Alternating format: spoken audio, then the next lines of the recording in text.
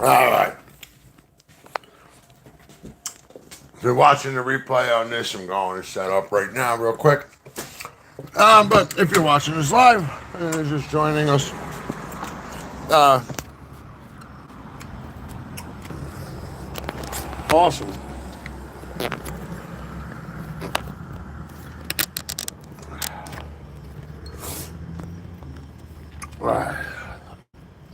All right, got my coffee.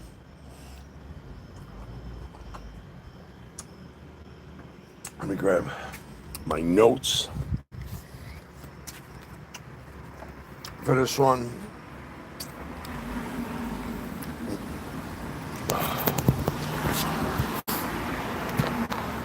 Hold on.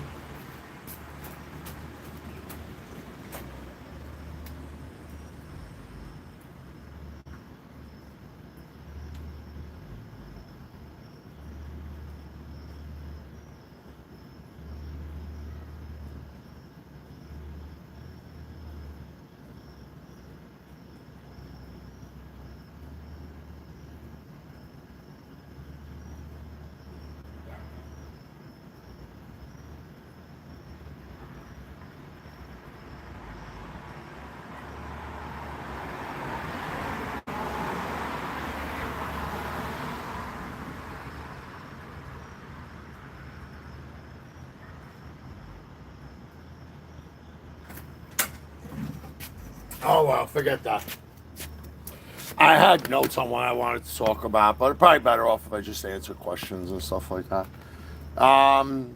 There's 4 people in there. Hey, how you doing, everybody?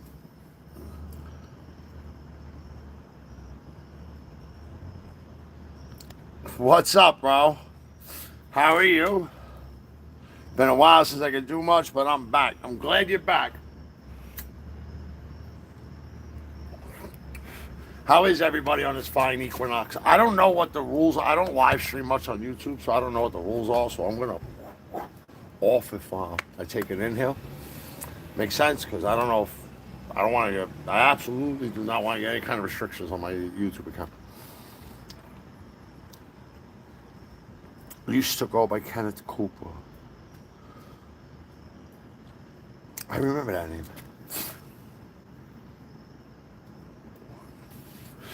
Well, I hope everybody's having a great equinox.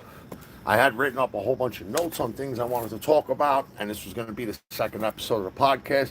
But I printed it, and then I went live, and it didn't print, so I got to stop the live in order for it to print. And I just did a live earlier, and I hit the button by accident, and I was up for like 16 seconds. So like I don't want to just do another one down, come off and then print it out. So I'm just gonna freestyle this. Nice, congratulations, my man. Very happy to hear that. How you doing, Fabricio? And today, I hope everybody's having a lovely equinox. If you didn't do something for it, I have instructional videos on a nice fall, a nice equinox ritual. Uh, And by the way, if any of you guys that are following me that see these ritual videos, these are rituals for my own practice. These aren't like I get some comments where people are like, oh, it's great to see something from Pretty Christian Scandinavia. We really don't have many sources. The only thing we really have is the Eddas aren't pre-Christian. What we do have is Fadlin. Fadlin, the Arab traveler, and he had a very well documented unaliving ritual. They're having a funeral. I don't know the terminology on YouTube's live streaming, so I'm using the other platform friendly language, but the chief of the tribe had passed on, and they had he had a very detailed funerary practice. It's not all seen through the lens of other faiths, because how can archaeology be seen through the lens of a faith? I mean, one could argue that Western culture is completely influenced by Abrahamic, by the Abrahamic religions. and they keep that standard. But it's also, like when I do. I'm so happy, man. I'm so happy you like that. I still got two I'm trying to get rid of, and I want to do. I don't want to make others until I've sold the ones I have. Does that make any sense? Like I don't want to make. I don't have like a whole thing of room boxes. I don't sell any of them. Um, so I kind of slowed down, but I'm making one. I want to make one the Freya. So I have yeah, the religious practices. I agree with that, Alexander. A lot of the religious practices. Here's the hard thing about it. Like, we're really never, because of the historical record, we're never really going to absolutely 100% know what was practiced. Um, everything is going to, we're trying to look back through a lens of over 1,000 years. It's not, it's not easy. It's not easy to know socio-political climate. It's not easy to know, and besides, the practices were so varying from region to region, town to town. There wasn't gaming while that nice. There wasn't a solitary practice across Europe. There was the same gods were worshipped, but everybody had their own. I mean, it varied from house to house, not just from town to town. What is that?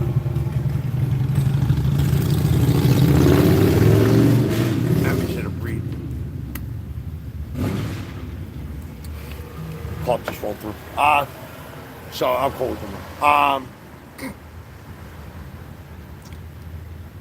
They I'm a mundane over magic practitioner. Like if I see a bunch of ravens or a bunch of crows, like I don't automatically like I see ravens every morning. Every morning I see ravens. I got a bird sanctuary less than 500 yards from my house.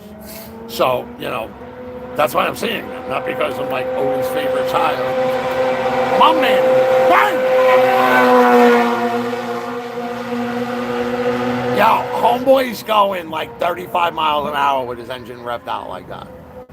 Yeah, the Discord is doing very good. It's I'm very happy with all the interaction. Everybody that's participating, that's involved in the Discord, I'm so grateful for all of you. This is like anything that goes on in paganism. Relationships are reciprocal, and I know a lot of you, people that follow me, a lot of guys that subscribe to me, a lot of women, a lot of people. When I say guys, I mean humans. A lot of human beings in general want to subscribe to me. There is a reciprocal relationship. Like I do what I do for me, but I also do what I do for people, for other people. I know when I started out on this path, years ago, I had to create my own practice. I had to, I did everything through trial and error. I did everything the way that I was taught as a young child. Like, we weren't taught like rituals like that. We were just taught like, I mean, my grandmother would show me little things. We do this to protect the house. We put this outside to do this. And what I didn't know was what was being practiced, because we were Catholic. And but it survives through folklore and tradition, But we're recreating this practice, so like, there is no, and I say this all the time, there is no right and there is no wrong way to practice. There's only appropriate.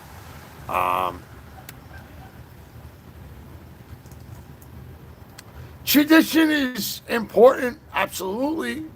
But so is creating new traditions, and so is creating your own traditions. That's what I think I think that's what a lot of people are lacking the sight of, is that there are people that are new to this path. There are people that are new to it completely. Like when I say completely, meaning like they just heard about Thor or Odin maybe 3 years ago. Like those words were never in the vocabularies of young people, and they're in their adults and their Abrahamic mindset and their and so they have to understand, and we have to understand that some people have to make their own traditions. Right, there is appropriate. Right, and you won't end up on extremely thin ice. You end on extremist thin ice. If that makes even more sense. Is even like I say it all the time. Like, how can we try to have a dogmatic path with this when ancient we know practice varied from town to town, practice varied from home to home, practice varied from region to region. There wasn't a standardized practice back then. There wasn't an organization that gave them that dictated structure the way that the Abrahamic religions are. Because and I thought this came into my head earlier today when I was meditating. The Abrahamic religions, paganism is based off of giving stuff up. I can't say the word. Rhymes with sacrifice, right? Is giving stuff up, right? Whether it's animal, whether it's time, whether it's artistic talent, it's giving something and receiving in return. In the Abrahamic religions, they don't have to give up things because it was given up for them. They just have to worship the person that did that. So in there is submission, not power. That's just the way I see it.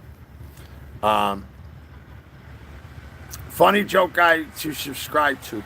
My channel is about improving your life using the Norse Pagan spiritual path.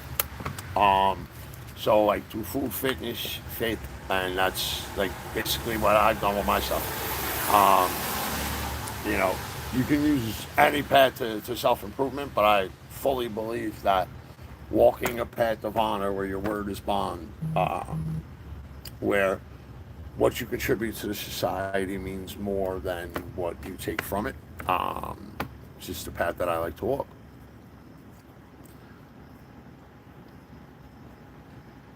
To give and to gain. Reciprocity. Everything in it is reciprocity. But that's wherein the power lies, right? I'm having a reciprocal relationship with a deity. In the Abrahamic faiths, there are people that are assigned to have that. And I have to listen to what they say. I don't need an intermediary. I'm smart enough to speak for myself. When I can speak to the manager, you know what I mean? I don't do that much, but I could be a spiritual Karen if I wanted to. Let me speak to your manager, please. So it's just, that is, did you miss the rapture?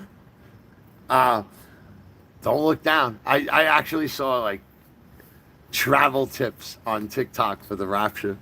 Like that was pretty good. But anyway, this is like the 9th rapture in the last 3 weeks. Yes, individualism is key in our beliefs. I'm an ex-Christian. I'm a recovering Abrahamic. That's what I say all the time as a joke. But yeah, I'm an ex-Catholic, and I've never felt freer. I've never felt more of a alive, more in connection with the world at large, with nature, with just the energy around me. I never felt that kind of connection when I was praying to the Abrahamic God. When I was praying to Yahweh and Anadai and the Holy Son, the Holy Trinity. When I was praying to that, I didn't. When I was walking that path, I didn't feel this connection. I'm walking the path I've been walking now about 8 years, 9 years, and in the last 2 years, 3 years, 3 years, I've like hardcore dove into my practice. Doing many rituals every day, leaving offerings constantly, and I've never felt more connected than I ever have. This weekend, I can't wait to show you guys.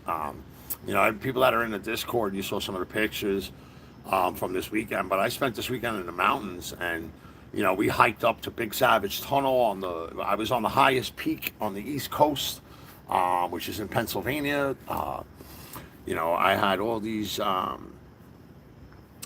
these great, and I got great footage, and we do be hearing the call. And I got some cooking on it on this episode. Like, this is a very vlog episode. I don't. I'm trying to. I need to make sure I get at least one long form video up every week. And that's like something I gotta stick to. I gotta get better. And I want to vary the style. Like, I want one to be informative, one to be thought-provoking. I want one to be like a vlog. So I want to just kind of switch the style. So every week you're not seeing the same thing. You know what I mean? So it's varied. But I definitely do need to focus more on the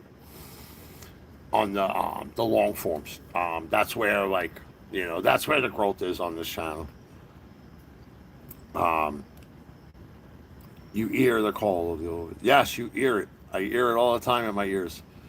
So this episode, I got some cooking in it, and I think I'm gonna start doing a little more of that. And that was originally what I started with cooking and fitness, and then I started adding Norse Paganism into it, and then I kind of took the channel over. And somebody had said something in a woman had come into the Discord, and she just joined. She just discovered the channel. I don't remember her username, but she had said something. In the Discord, in the community in the Discord, I have a whole food section, right? We have a whole section where we share food. We're always sharing food and talking about workouts and improving ourselves and just how to be a better person, right? I absolutely love some of the conversations we're having in there. And that's the thing. I haven't done a cooking video in a while, and I'm a chef, and we even said it in the Discord, what's the obsession? I believe that home cooking is absolutely a part of heathenry. It's a connection to the earth, it's a connection to Mother Earth. So, I think that we need, I think I need to put more of that in. And I also am very big I am very big that if you want to improve your life, and it's part of it. I know a lot of people don't want to kind of look at that, but I fully believe that exercise and working out and improving your body is a huge part of this path. I don't think that we would have I just feel we have separate parts of the soul, and we have the body as one separate part. And I see some people sometimes that are brilliant, but they're not healthy. And I'm a smoker, so that's one of my bad vices, right? I tried vaping, it doesn't work. I know I have to quit smoking, but in order for me to quit smoking, I can't have tobacco. So I was supposed to do that for my 50th birthday. It didn't happen. 40 years of smoking Newport 100 is hard to fucking give up, man. And I gotta do that. But I really feel that health and wellness is a huge part of our path, and good home food and home cooking that's delicious, and But I don't want to be a cornball. I don't want to be these are Thor's Thunder tacos. Even though I do make Thor's Thunder tacos for me. I can make a really spicy taco made out of pork. And it's Norse inspired, right? It's not traditional Norse. I don't know, I don't think I would want to do recipes of Norse paganism, fucking from the Viking age. Somebody said that, you should do recipes from the Viking age. Why? That food probably sucked. They didn't have any seasoning. They didn't have any concept of technique. All they did was roast and boil everything.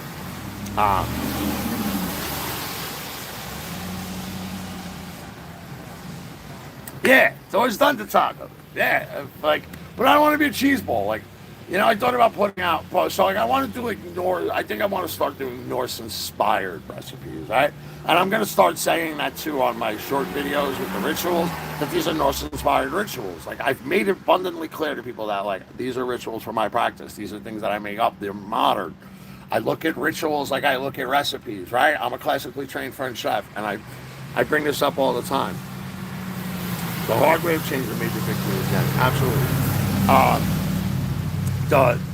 I make this analogy all the time, right? I look at rituals like they're recipes. I know the techniques that they used. I know what ingredients they had. Now I can make my own. T-lock tacos. Why not? How do I feel about the 12-step programs? So, I don't do them anymore. I also I also don't go to 12-step programs because I do MAT. So if anybody that's in recovery, they know what MAT is. I use medicine. It's medicine assisted treatment. So I use one is a natural herb that I got to get a card from the state for, broccoli, right? And the other one is I have to see a doctor like every month, and it's something I put under my tongue that helps me fight cravings and fights urges. So I use both of those, and a lot of the 12-step programs don't look at you like you're sober. So, especially with the broccoli, with the medicinal broccoli. So, I don't really do 12-step programs anymore. I did do it hardcore in the beginning. I think if you are in recovery and you are getting off of hard drugs, or if you're getting off of hard substances, right? And you are having battles with you're having battles with addiction. I absolutely am a huge proponent of 12-step programs because of one reason, one thing only, is, it is an Abrahamic system. Absolutely, it's a spiritual system, but it doesn't allow for polytheism, right? It doesn't say you can't be polytheistic, but, people always looked at me weird when I explained what I was. When I stood up and I did not recite, the Our Father with them at the end of the thing, or I didn't join in, the Serenity Prayer, right? When I didn't join in those things, because that's not my practice. So I'm not gonna, I'm not sitting there worshiping something that I don't, And but I believe that the 12-step programs are life-saving, and I believe that sometimes you have to admit that the problem's bigger than yourself. Sometimes you need, when Thor went fishing, right? He had Jormungandr on the line, and he was ready to go out for his. And Amir stepped in because he knew that the fate of the world is at stake, right? So he clipped that line so that wouldn't happen, because from what he understood, that fight was gonna, that's the Ragnarok, right? So sometimes you need somebody to cut that line for you. You need that professional help. You need that outside help. I think you absolutely need that. I didn't come to the decisions for the medication that I use lightly. I absolutely involved Hope. I absolutely involved my therapist. I absolutely involved my psychiatrist,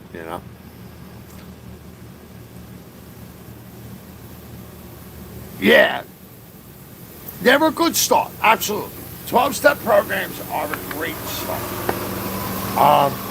And if you look at the 12-step programs, honestly, it is a recipe for doing, and if you use, it is a recipe for improving any problem, right? Identify the problem, stop doing the problem, and then let's work on fixing the problem, right? Let's work on the damage that the problem made, right? And then go forward fixing it, right? And if you apply it to a pagan lens, and I've had this conversation before, you can laser focus on your character defects. You can, the way they do it, you pray to God, to take your character defect, right? Say, hey, help me with my greed, right? Or help me with, I feel like I'm a know-it-all, or I don't listen, or whatever the problem, whatever you are, right? Whatever's going on. So you pray that away, right? You ask for help with that.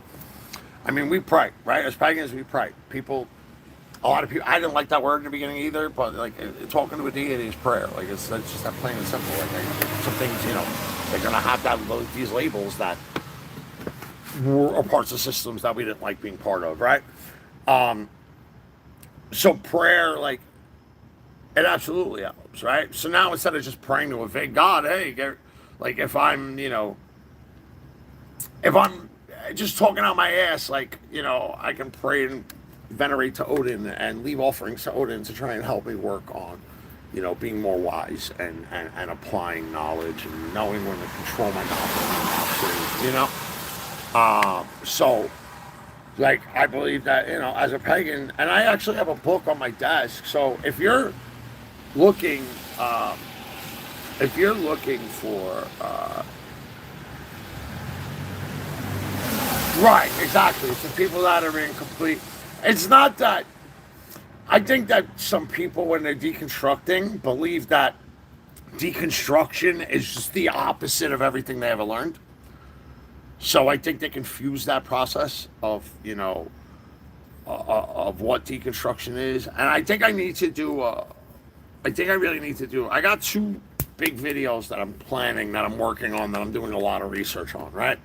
So you got to remember too, with some of these videos that I do, like, there's freaking hours of research that go into just writing the scripts.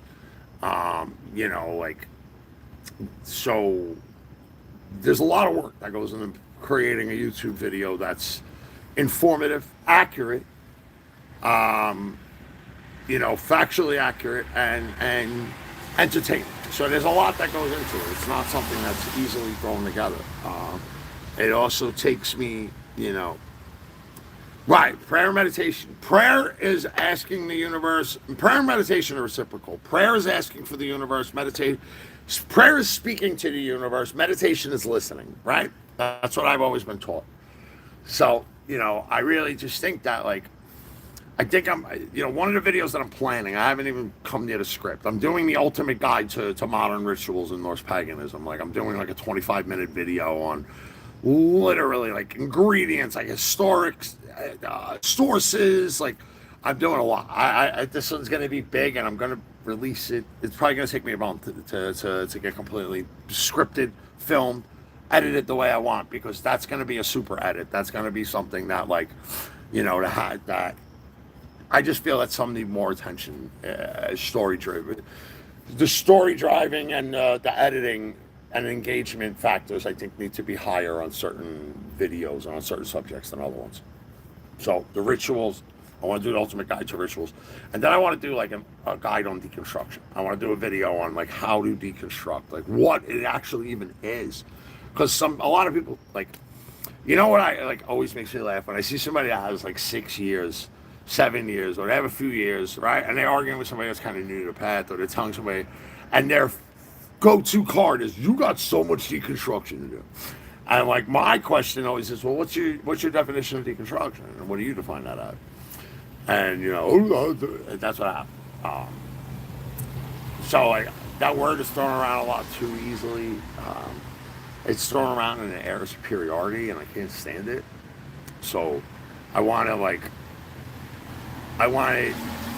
do a video that explains what it is, and even come up with some exercises, right? So like all right, so the 10 people that are in here, I'm actually going to make a short on this exercise. But if you want to have a better outlook on life, if you want to have a more positive outlook on life, right? I can give you an exercise that in 30 days, I guarantee you, if you do this for 30 days straight, you will see the world through a different lens. And this is where deconstruction comes in. This is how deconstruction works. Deconstruction is not sitting there and meditating. Deconstruction is actually rewiring your neural pathways. It's absolutely affecting the neuroplasticity in your mind, right? And building stronger neural connections to different segments of your mind, so that old ways of thinking are bypassed and new ways of thinking are unlocked, right? So here is 30 days. You only need 21, but 30, I guarantee you, your whole outlook on life will change. You will look different when you're done doing this. So for the next 30 days, every morning that you wake up, I want you to write down 3 things on a gratitude list, right? I want you to write 3 things you're grateful for. Here's the kicker. They had to piss you off. So, from a particular way of practice, I don't understand that question. So, they had to piss you off, right? So you need to do 30 days. 30 days, write down a gratuity list. Every day, 3 things that you're grateful for from the day before, but they pissed you off. So what I mean is, you ran out of hot water in a shower. Be grateful you had a shower. Your neck hurts because your bed was lumpy. Be grateful that you slept in a bed and not on a park bench. You slept on a park bench. Be grateful that you didn't sleep on the floor. So if you do 3 things every day for 30 days, I guarantee you you'll look at the world differently. Now there's science behind it. So the science behind it is called neuroplasticity, and that is the building of neural pathways. And the way to the neural pathway, so we have an anger and annoying center in our brain, right? In the medulla oblongata, and we have a gratuity center, a gratuity, like a gratitude center in our brain, right? And we know this because we've mapped the brain. They've had people feel these emotions and see what part of the brain lights up on the CAT scan. So now what you're doing is every time that your aggravated anger center gets lit up, it automatically, the most direct and strongest path is straight to your gratitude area region of your brain. So think of it as this, right? Think of it as like the first day or two, it's going to be difficult, right? Because you're walking through woods that have never been traveled. So you need to start that little path. And now the more you walk it, the more that path widens. It goes from a game trail to a walkable trail to a highway to a super highway, the more you use it. And if you do it for 21 days, 21 days to build a habit, right? That's like, we know that. Psychology says that that's proven fact. So if you do this for the next 30 days of your life, I guarantee you, what is it, the 23rd of September? I guarantee you by the 22nd of October, you have a complete and total different outlook on life. Things that used to anger you are not going to get into your skin anymore. They're not going to get you emotional. And once you start, and I hate to say it, but like, stoicism is a good thing, learning to control your emotion. Being emotionally driven is beautiful. I'm emotionally driven myself. I'm artistically driven. I follow the dopamine. I have ADHD. But I'm also stoic. I know how to respond. I don't jump off handles. Believe me, I can't tell you the amount of replies that I have deleted in the last year. Whereas a year and a half ago, I will jump down people's throats.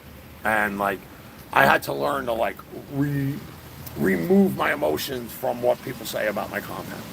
And that took me a while. The first time I went viral on TikTok, like the things that were said in some of the comments were just like angering. I'll never forget, I had some dude that wore a Mando helmet that like, this guy was like literally obsessed. Like he made 3 or 4 accounts to like just heckle me and just tell me like I was a trash person because he hated himself. And I had to block the guy. I kept blocking the guy. He would make a new account and keep doing it. Like the guy was a weirdo. But he absolutely hated his life, and there's something that he saw in me that he either wanted or couldn't be. So that's the reason that he was acting that way. But reacting emotionally is never good. Acting emotionally is. Reacting emotionally isn't. I am absolutely a person that feels like I need to sit on something and I have to process it first. Like, then I'm going to speak on it. Like, everybody was hopping up when this guy got popped in the neck. I don't want to say his name because, like, you can't even hashtag that name anymore.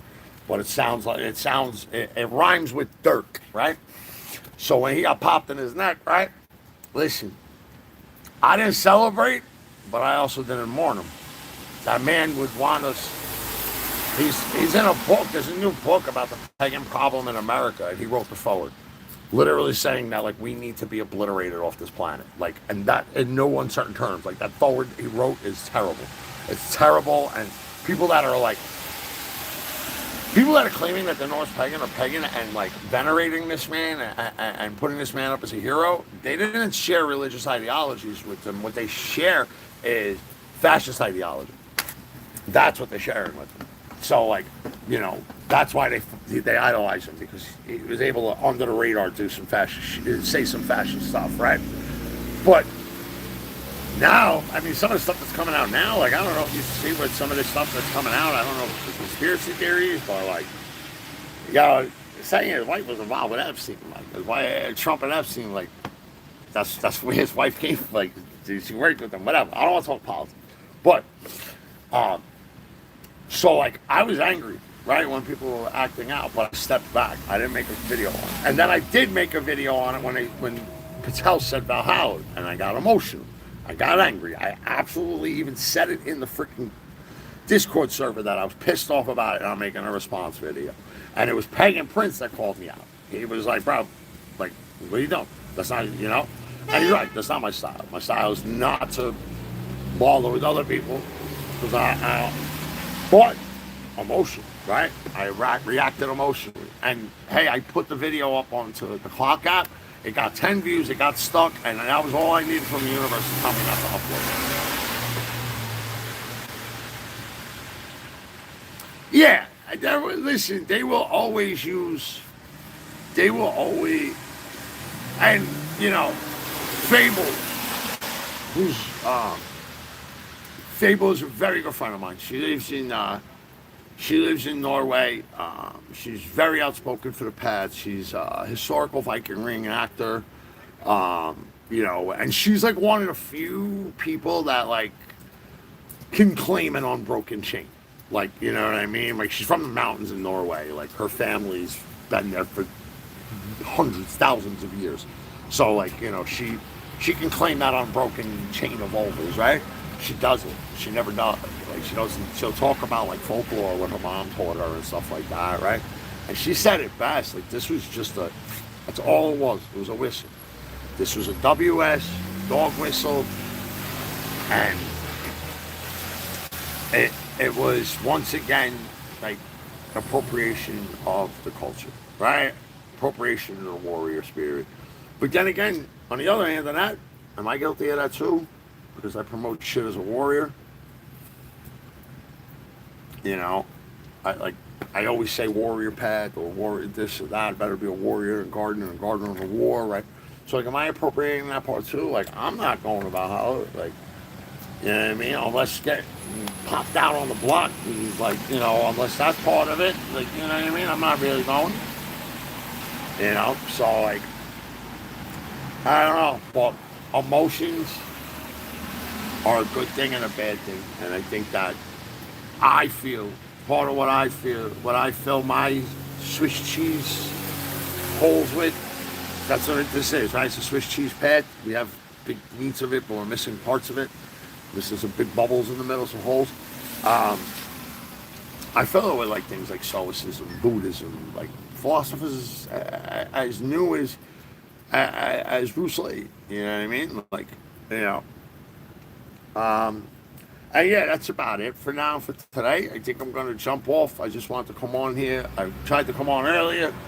I came on earlier by accident, and I had some comments on the video, so I wanted to get back on and just say what's up.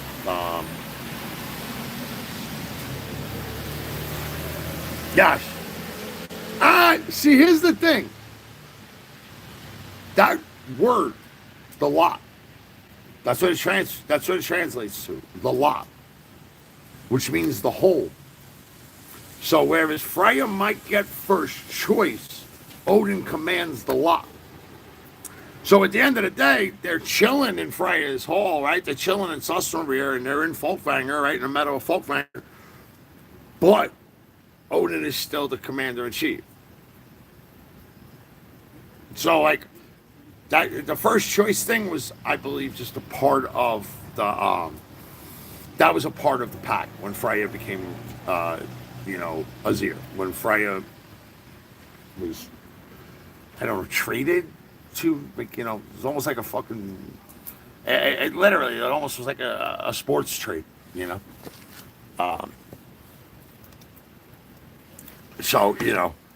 So I think that, like, I don't know. I don't know if Odin gets second choice. I think Freya. I think it's just symbolic. That I think the symbolism in it was to show how much was to give. I think Freya getting first choice was more to give the veneer. Yes, you have power in this tribe. If that makes any sense. That's just how I look at that. Because at the end of it. In Ragnarok, Freya doesn't take command, Odin does. So, Yeah, absolutely. We got into another discussion. Absolutely. I love discussions like that. But, I believe the word translates into lot, into the whole, right? That's from Old Norse.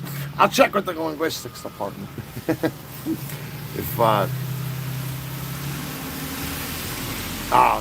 So, if you guys don't know what the linguistics department is, I have two, I say this all the time, I have two really good friends, Ivar and Wilson, and they're both native Icelandic speakers. They're both, they are recreational Old Norse experts, but they're from Iceland, and they live in Iceland, right? So, that's, their pastime is they love studying the language. They love their language.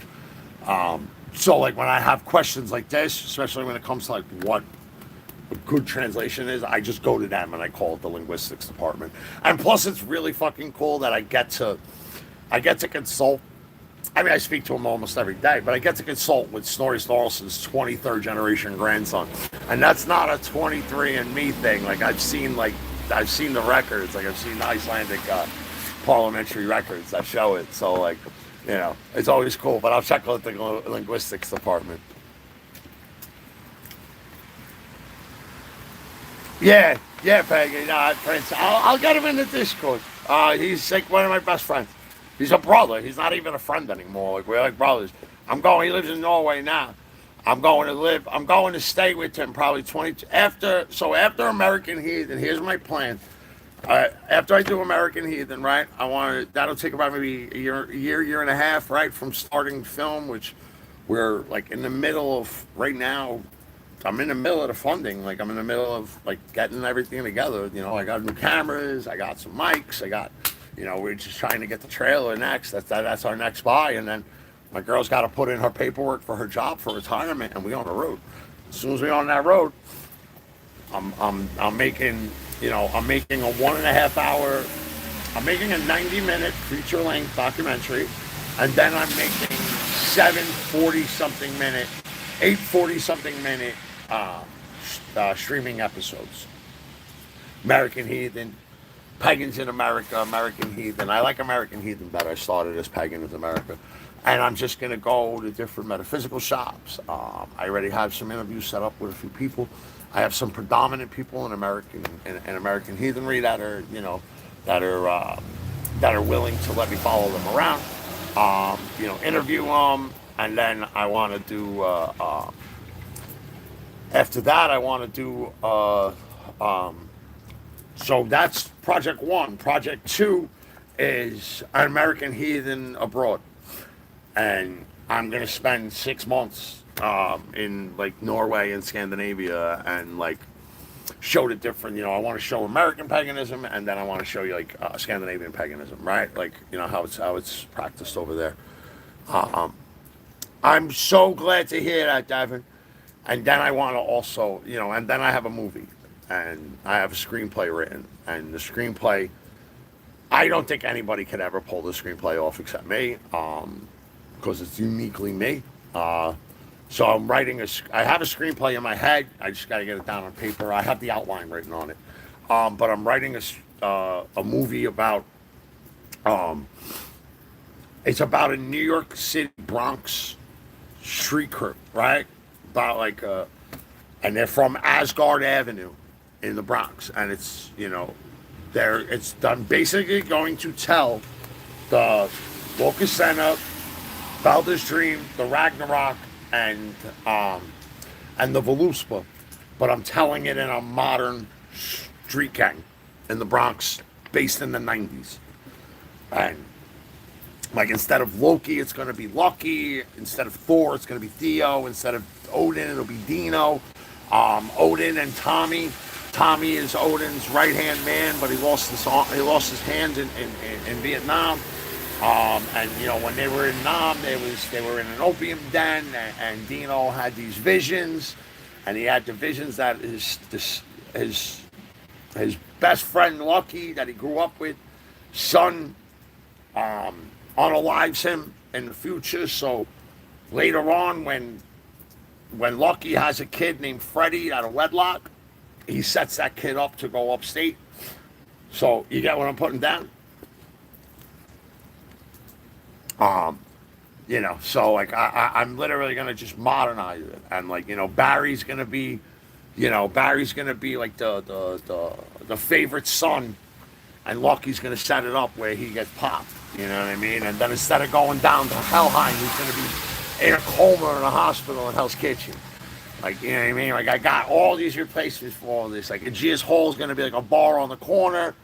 So like, and Lucky's gonna come in there, and Lucky's gonna be like, kind of like gender fluid, like a dope fiend type thing. Like, you know what I mean? Like that. It's gonna be like that. Also like Omar from The Wire, like a dude you don't play with, So like, that's like that movie's already written in my head because I already got it. Like, and like it's. I want people to watch that movie. I want people to see it or read the screenplay and be like, "Yo, this is one hell of a wacky gangster flick, but it's dope. I dig it." And then people that have knowledge of Norse mythology being like, "Holy shit, this is the fucking Norse saga." And I got the idea, honestly, 100%. I got the idea from Sons of Anarchy. Kurt Sutter has openly admitted that Sons of Anarchy is the retelling of Hamlet and Hamlet and Macbeth on motorcycles. That's what he did. He literally just modernized it into a motorcycle club culture. He modernized those two stories and combined them, and that's how that show came about. So like, that's what I want to do, but for Norse mythology. Right? Those are the big. Yeah. It's a big thing. Like I'm huge into. I don't know if you guys notice. I'm huge. I am such a movie nerd, bro. I'm such a movie and a TV nerd, and what's funny is I nerd out. I don't nerd out about the shows. I nerd out about the writing and creation of them. I guess that makes more sense, right? Like that's why I create my own. But like, yeah, I got very nerdy about like the creation projects, the creation process when it comes to telling stories in a visual fashion. You know what I mean? And that's what I try to do. I don't know if you guys notice that when I do the YouTube long form videos, I try to tell a story. And I try to like keep it edutainment, right? That's what the genre that I do is called, edutainment. I do entertaining educational content. And I want to do that on bigger and bigger and bigger scales. And I know what'll happen. I know what I'm capable of. I know what I fucking can reach for, And I've said this to a few other people too. Like, I want to, in 20 years, I want my brand to be like the Thrasher magazine of heathenry. I want it to be like what has its finger on the pulse. I want it to be like a style icon. You know what I mean? Like that's one thing we don't have in this practice, bro. We don't have any fashion, man. Like for real. Like there isn't a lot of fashion that goes around. Like I have some dope ideas for clothing lines. I haven't seen that Ragnarok yet. I watched some of it. It was all right. I lost interest in it. There was another good one too, Thor and Loki or something that was on another streaming platform, and they were young. It was them as young. Yeah, I wasn't big with it. I was supposed to be in a Netflix show, but it got shelved. And I couldn't talk. I was supposed to be the voice of Fenrir in a show about the Norse stories, but I actually don't even know how much I can talk about it right now because I signed a non-disclosure. But it was supposed to stream on Netflix. Filming was supposed to start in like August. Like I was set. I was ready to move down to Florida and live there for a few months. Awesome. I'm great to hear that. Great to hear that, Wolfman. Yeah, I couldn't announce it. I wasn't allowed to announce it because I had a non-disclosure. But I was going to be the voice of Fenrir, and I was going to play him in. They were doing a live-action Norse mythology show, right? That was and I was tapped to help with the storylines. I was asked, when you Google Norse mythology, my name kind of comes up prominently. And I was asked if I would be a consultant, and hey, check out the scripts, make sure that they're like in the right order chronologically. Are we jumping the gun here? So that was originally the job. Then I got called back a few weeks later by one of the guys that was supposed to be a showrunner, and he's like, "Yeah, I want to give you a part. Like, what would you?"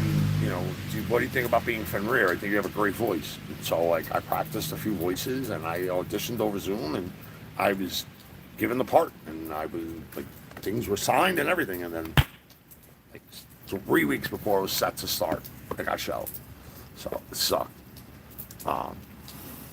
it sucked because, like, I was supposed to get my SAG card. It was like, so there was like a lot of stuff that was going to come out of that, but it is what it is now, you know what I mean? So it doesn't stop. Like, my plan was to do the show. Um, that was my plan. My plan was to do the show, take the money from that, right? Because that was going to be a nice payday. And I was going to take the money from that, and I was going to fund American Heathen from that. And now it didn't work. So we got to find the other way. So that's why I started, like, But, yo, mark my words, bro. Within the next year, 365 days, right? Next September. Before next September, mark my words. I will have a line of modern heathen clothing out. And when I say like a line of modern heathen clothing, I'm not talking about like t-shirts with a Mjolnir on them. I'm like, I want to design, because fashion is a big passion of mine. I want to design like modern clothing that reflects the values of the past.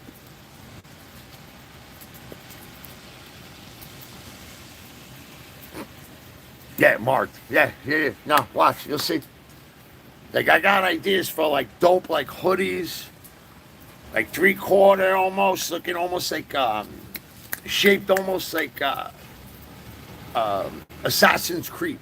Like, the hoodie that they wear in that. Shaped like that, but, like, sweater, casual, like, looking. Like, I want to take, like, Norse flair, right? I want to take, like, the modern Viking aesthetic flair, which I don't dress like, right? I want to take that. I dress more like a biker, right? So like, I want to take that and give a flair to it, like, and give like a style to it. You know what I'm saying? I know you will, but like, I want to give a modern aesthetic. You know what I mean? Like, I ain't trying to run around Philly in a tunic, bro. But I can run around Philly in a hoodie that, like, like, oh man, my man looks kind of like a Viking. You know what I'm saying? Like, but it's modern looking wear. Does that make sense? That's how I want to do it. But yeah, I already have the whole plan on that. I need a flip. I need 2 more flips. So, like, I'm already in the middle of the first flip. I don't know if you guys remember the 4 Habits for Heathenry for 2025. I'm in the middle of that first flip now. I put $1,000 into what I'm doing, and I'm trying to flip that into 2 right now. So I got to flip that. That's probably like the 4th flip. You know what I mean? That's the 3rd or 4th flip. That's when I have, like, when I have about 8 or 16K to flip.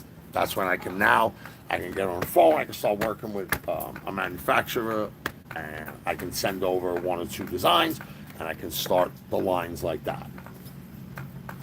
I don't want to get. I'm not gonna spend 100. I don't have 100K, but I'm not gonna drop 100K in clothing. Like, I'll do 30 fucking larges and extra larges and sell them on the spot, on the shop, and see how they do. I'll wear them, on video, see how people refer, like them. But I got an eye for fashion. I got an eye for style. Sharp looking motherfucker. That's what happens when you grow up in the box. International shipments, absolutely. Right now, absolutely. Actually, you can internationally. I can internationally ship to you. So when you order off my store, right? Shipping and handling, like, I put items in, I gotta weigh them, and I gotta put that information into the computer. And then when you check out, it calculates the shipping for you. So if I'm shipping something to you in, like, Europe, right? It's gonna calculate the shipping, and it's gonna just cost you more. You know what I mean? Like, like, I can't pick up, like, I wish I had the money, I could just be like, yo, free shipping. You know what I mean? Like, I'm just not there. I'm not there. I'm not even monetized on videos on this platform. You know what I mean? That's why I do so many shorts, because I make money off TikTok. And I just recycle those over here. But The money for long form is much bigger. And I look at some of the videos out of some of the other Norse Pagan creators, and how do I say this nicely? This shit sucks. It's boring. I fall asleep. But I'm saying that nice, with respect. But like, I see some of their numbers, and I know when they're being paid. You know what I mean? So like, I can get there. I just have to focus more on long form. That's it. Like I can't. If I'm not putting up 52 long form videos a year, I'm not being smart. That makes sense. I mean, I'm not utilizing. I'm not being economically smart because long form video pays the most. YouTube is the king of payments for content creators, right? And long form is the one that pays the most. 1,000 views on a long form can be anywhere from $7 to $15, depending on where you're at and what advertisers want to pay you, right? Yeah, they say the same shit over and over and over and over and over and over and over again. And that's another thing I'm trying to avoid. Like, I can tell you the stories all day long. I'm trying to. It's fucking hard to keep coming up with fucking new concepts, and it's not new concept, new content. It's not easy to like. There's limited subjects, right? There's not an infinite number of subjects when we're talking about what I'm talking about here. Also, there's not a huge chance for virality, right? The only thing that ever went fucking mega viral for me, or for Norse Paganism, right? Marshall's video on the Poggamall, on fucking that, on the Poggamall, you could die in fucking, between a shield maiden's legs and its entrance into Valhalla. If you suffocate, like if you die in the thighs, you get in the high or some shit. And it was a joke video. That got like 15 million views on Instagram, right? My biggest viral video ever was on TikTok, 900K. That was the Bluetooth symbol is a Viking bind. I put the same video up on fucking YouTube. I got 23 views. So like, there's not a huge thing for virality, right? So I have to find ways to make it interesting, and further it. Like, if I'm not being progressive, if I'm not giving something into the community that's progressing the community, then what the fuck am I doing?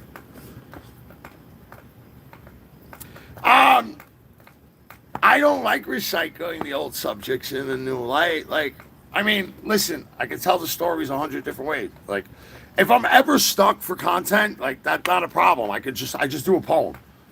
If I'm ever stuck for it, I just literally just gotta take a poem, take one of the poems. I've already done the Volus for the Hosmol, the Grimness Mall, I just gotta take one of the poems, English shit, and make it into an epic story, and then I just tell that, right? So there's between this 47 stories in the Poetic Edda, 47 poems in the Poetic Edda, right? So between the Poetic and the Prose Edda, I got a year's worth of content. But I'm tired of people telling people when they say, hey, how do I practice this? Like, start with the Skaldic rap next. I want to do, you know what I think is a fucking viral ass video? Is that the ancient heathens, right, were the original hip hop culture. I'm not wrong. I'm not fucking wrong. Right? So what is hip hop culture, right? What is hip hop culture? Hip hop culture is MCing, DJing, graffiti, and b-boying and b-girling, right? So we know they left graffiti everywhere. We got the fucking fountain from the Varangian guard Constantinople on the fountain in rune. It said something like Ivar was here, right? So we got graffiti from them. We already know they had rap battles. So they had impromptu MC battles all over the place. Have you ever heard one of those fucking Viking age string instruments? They really sound like a scratchy radio. So there's the DJing. Yeah, exactly. Exactly. Like Loki came in on some B shit, bro. Like, you know what I mean? He came in on some like Tom McDonald shit, just dishing everybody. You know? Yeah, listen, every video I do it hopefully so it benefits somebody. That's what I do. I really hope that it benefits somebody. I hope that somebody doesn't feel as lost as I did when I started this path. That's the whole purpose for what I've created here and what I'm creating here. I'm creating the resources that I never had. And yeah, that horsehair harp. Right, right, right. Tell me that shit don't sound like a scratchy old school radio, bro. You know, fuck. I got such fucking problems. Um, but yeah, it's like I wanna, I wanna be the resource that I didn't have when I started this page. And like I've said before, I've said this on TikTok. I could be a fucking. How do I say this without sounding like conceited or like being humble? Humbly, I'm fucking good at making content. Like I'm good at that shit. I am a good editor. Like I'm good at shooting shit. I'm good at like moving images. Like, you know, I had one comment in my comment section say like I use AI. None of my videos except for one fucking video, and I can tell you exactly where it was. Have I ever used an AI generator for images? I animate all that shit. And I animate it in CapCut. I animate it in CapCut and I animate it in Canva. So I'll make a lot of stickers in Canva. And then if I can't remove a background in CapCut, I send it into Canva, I remove it there, and I make the image pop there, and then I bring it back into CapCut, and then I animate it there. Um, so I make like, you know, if I did a mainstream shit, like I absolutely, somebody said this to me one day. I guess I don't know, voices maybe, but I could be the fucking JD delay in Norse Paganism, right? I could just jump on every trending topic and talk shit about it. And I got humor. I have street cred, right? So like no one's ever gonna fucking really pop shit on me about it, right? But like I'd be selling out what I'm selling out what I feel like my mission is. And I feel like my mission is bringing the beauty of the spiritual path to the masses. I think debates in Congress are necessary. All right? Um,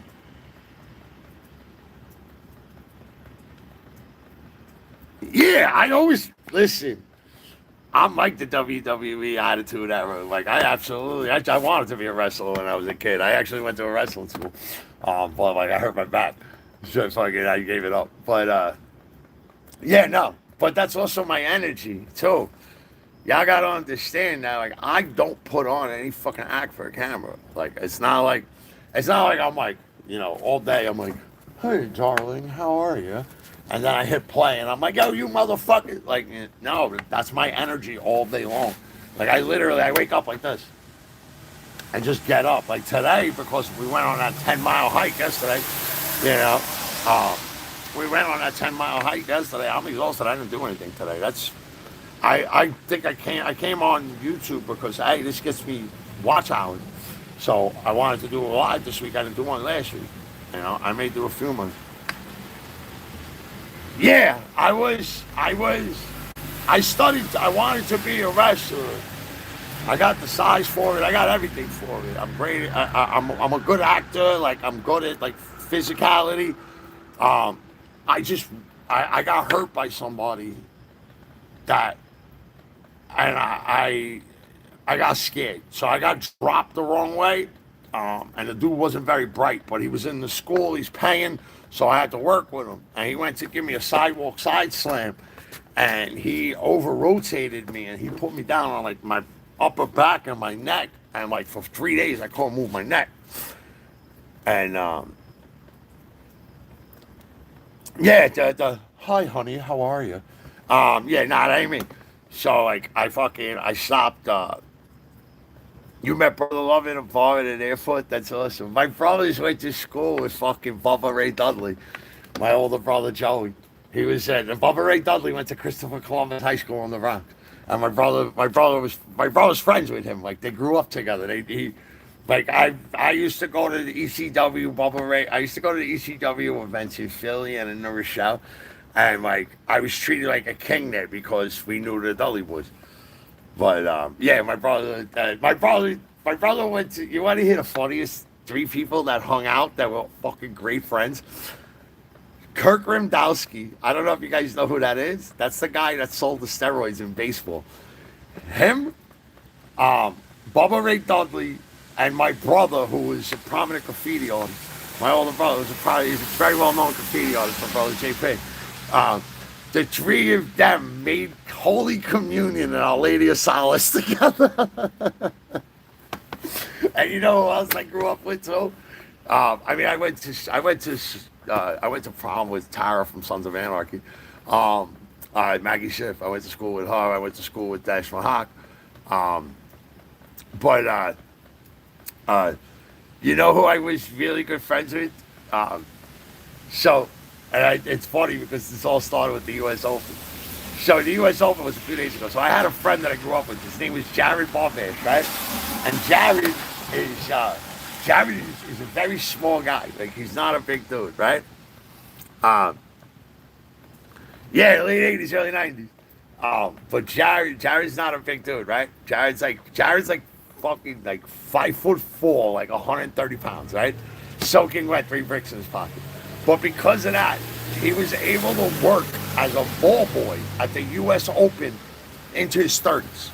So he used to run around with like the hat and he would catch the ball, you know what I mean? Like the ball boys at the U.S. Open. You see the guys that stand there and go grab the tennis balls? A friend of mine that I grew up with did that for a living, right? So he got to know the guys. And his sister was a stripper down in Hustler.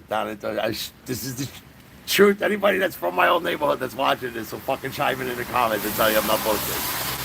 And his sister was a stripper down at a Hustler club in Scores down in the city, Samantha Barbash. So he started sending the tennis pros to go see his sister at the club. She was hitting them with roofies, knocking them out, and charging hundreds of thousands of dollars to their credit cards. She did make so much money that they made a movie about it starring Jennifer Lopez called fucking Hustler. I grew up with the girl's little brother. It was like one of my good friends growing up. We used to go out to parties and we used to go out to like raves and tunnels and the tunnel and like clubs and shit in Manhattan all the time when we were kids. But like the girl that played Jennifer Lopez, the girl she plays, I'm very good friends with that girl's real life little brother. And I know Samantha too in real life. Well, yeah, everybody in my neighborhood, it's the funniest shit. Like, yo, J-Lo played Sam. Yeah, so those are kind of my claim to fame. I got a few. I went to school with a few fucking actors. I know pretty cool with Lilo Brancato. Hi, Brenda. And I also know I know him from the 12-step programs. Novak, Brandon Novak. I don't even know. I haven't been back in New York so long, but that Scores. That was where Samantha worked. I hung out with a whole bunch of those girls. Samantha, Dawn. We used to all go raving. All right, I'm gonna jump off. My girl just texted me. She's on her way home. I'm gonna make her something to eat. She just got up. Yeah, I'm old, bro. I'm 50. I'm 50 years old, dog. Believe me, I'm 50, and I mean, I'm in pretty damn good shape for a 50-year-old. Especially one that's been through what I've been through. 30 days, 42 bones in one accident I broke. Yeah, I'm gonna jump off. I'm gonna make home some dinner. I will see most of you guys in the Discord. Yeah.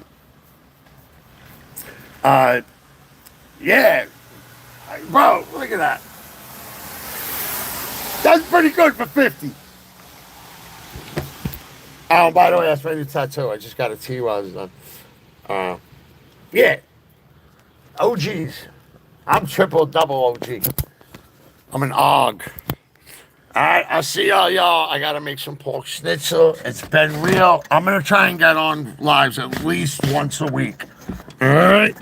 They do really good for me for the hours. Thanks, guys. I will see you later. I'll see some of you. I see everybody in the Discord too.